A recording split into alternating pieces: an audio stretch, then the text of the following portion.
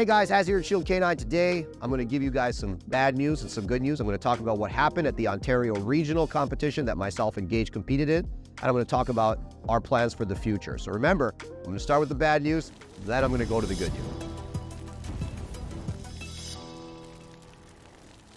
So the bad news is, guys, Ontario Regionals did not go the way we wanted to go. We had a problem on the track. We failed tracking, unfortunately, and that kind of nixed our entire competition. Our goal was to go to regionals, and our goal was to win regionals. Unfortunately, we were not successful. As you guys know, our IGP2 went very well. Our tracking score was very good. We had 97 points, and the dog just easily smoked the IGP2 track. In IGP3, guys, the track is a little bit longer, and it's aged longer. So the aging was it's supposed to be 60 minutes. In most IGP3s, you're generally actually gonna get it aged a little bit over time. And the track's supposed to be around 600 paces. Can be a little bit longer, can be a little bit shorter, depends on who laid the track. We arrived at the tracking fields. Now, quick little thing, tracking was supposed to be on dirt. Last minute, they changed it. So we had practiced for weeks on dirt. Last minute, they changed it to sod, but I didn't really think it was gonna be a big deal because my dog's very strong on sod, and I didn't think there would be any problem tracking on a sod field. We had had a 6-week drought leading up to the day of tracking, so it had been really hot, dry weather. The ground was super dry. Unfortunately, just as they began laying the tracks, it started to rain for the first time in 6 weeks.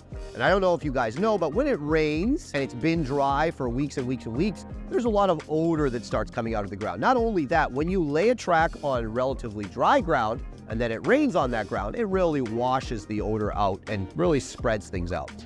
And unfortunately, when I began running my dog on that track, I could see right away that he was really struggling. He was in a very positive emotion, which was good. Like, he felt really good. He was super upbeat. He was just really struggling to stay on odor. He did get the first corner. He was tracking really well, but unfortunately, he blew over the second corner.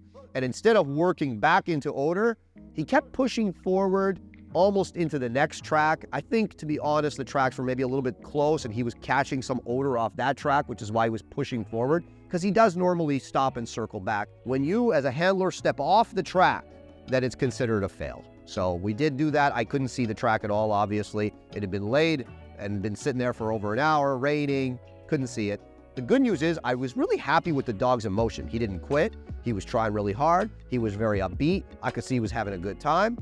Can't ask for more than that. He made a mistake. I made a mistake. I was super bummed because I knew at that point my goals for regionals were a failure. We were not going to win no matter what we did in terms of obedience and protection. And believe me, I can't express to you how it feels to spend weeks and months, years training for something and you go there and it doesn't happen. Now, pick yourself up off the ground, move to the next day. We've got 2 more phases. We're doing obedience, we're doing protection. Obedience and protection, guys.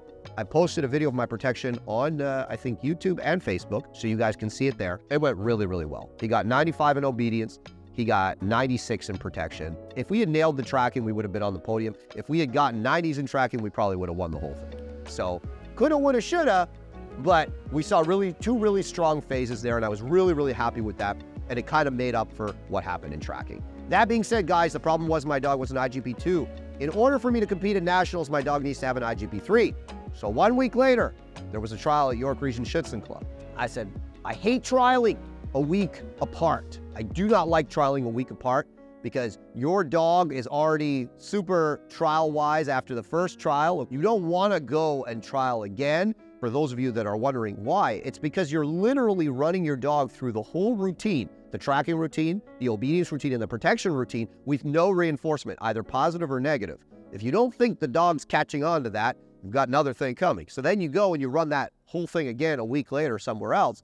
Now you're really running the risk of creating trial-wise dog, and you know that there's going to be a decrease, for my dog anyways, my type of dog, there's going to be a decrease in performance. But here's the good news.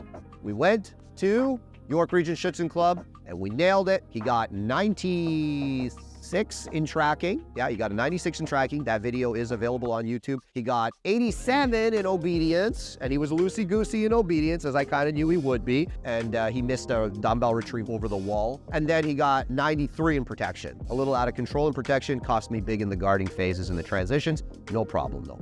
So we earned our IGP3, which means we're going to nationals, baby. And my goal is, just like it always is, go in there, and win it. I got a lot of time to prep for this. I got about 6-7 weeks to prep for Canadian Nationals, and you better believe I'm going to be prepping. We're going to be training hard, and our goal is to win. Now, because we were not successful at regionals, we cannot get on the Canadian international team. My goal really wasn't to go to the Worlds this year. My dog is definitely not ready for the world level. I'm going to be happy just if I win Canadian Nationals. Now, I know a lot of people might be saying, well, why are you saying stuff like that? Why are you on camera saying, hey, my plan is to win the Canadian Nationals? Because that's how I operate. I don't operate halfway. I'm not just happy to be there. I'm not just happy to be a second loser or third loser. I want to win. Whether or not I win is immaterial. My mentality is to win. My goal is to win. It's like that for anything I do. Showing up and just being happy to be there. Look, I'm sure it'll be a good time and see a lot of people that we know and we're going to have fun.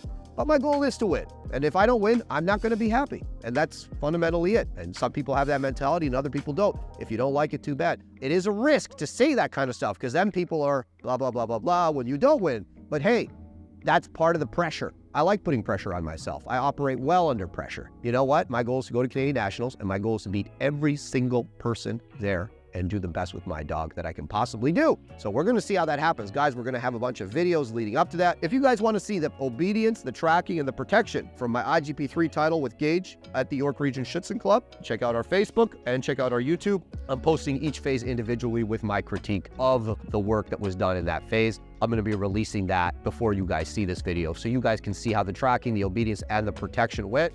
For regionals, I only have video of the protection. I didn't get someone to hold the camera for obedience. Unfortunately, for tracking, even though I did start to film it, I only got the first like 10 seconds of it, and then the memory card was full. So we don't have any video of it. Not that I really want to reminisce on it anyways, to be quite honest with you. But we are going to have video leading up to Nationals, and we're going to have video of Nationals. One thing that happened with our obedience, he was active, which was good, but I noticed that he was in front of me in the heeling, and his rear end was a little bit loosey-goosey, which you'll see if you watch the entire video. See, like there, he's super sharp, and you know, you better believe that dogs know where they're at. Dogs really know where they're at. The heeling is good, but like he's missing a gear here. Just a lot of work. So like, he's a little in front sometimes. He was way more in front in the trial. He definitely knows, hey, we're at home and there's all sorts of rules here at home. So we're gonna have to work on that. It's always not so nice when you start to see a dog that shows you a little bit of a different picture on the trial field than he shows in training. I don't like that, but he's the kind of dog that is, some dogs are very consistent dogs in everything, and then there's some dogs that are very kind of hot and cold. And I find the dogs that carry a little bit of nerves, they tend to be more hot and cold, depends on how they're feeling, depends on where they're at. They're very hyper aware of where they're at, and it'll change the way that they perform, the behaviors that they know how to already perform. So this is something I have to take into consideration, and it's okay here if I'm like working on fixing some stuff, but it's definitely not going to be anything where it's like I can do stuff till I'm blue in the face here at home, but it's not going to be something that necessarily translates to the trial field. Like even the heeling here, like it's way better than it was on the trial field. I can feel it. It's just simply he knows the difference between training and trialing, and he's more in front of me. He's crowding me, foos. You'll also notice here, one of the things that you'll see that I don't do. This is our first training after trial.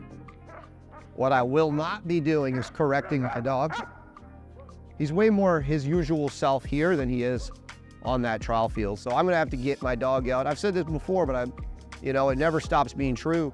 I'm just gonna have to get my dog out to different places and work him more there and kind of create more of a trial-like environment, because I'm definitely seeing a bit of a difference here between what he's doing in training versus what he does on the trial field, and I don't like that. The only thing that's been consistent is I have had problems with my dumbbells. In terms of him touching me with the dumbbell, in terms of his grip on the dumbbell being a little bit, let's say, substandard, not as firm as it could be. So that's something we're gonna fix. And I have a few weeks to fix it. So guys, that is where we're at in our IGP3 journey. That is what happened, and that is our goals for this year. Follow our journey, we're gonna see where we go, but we plan to win it, baby.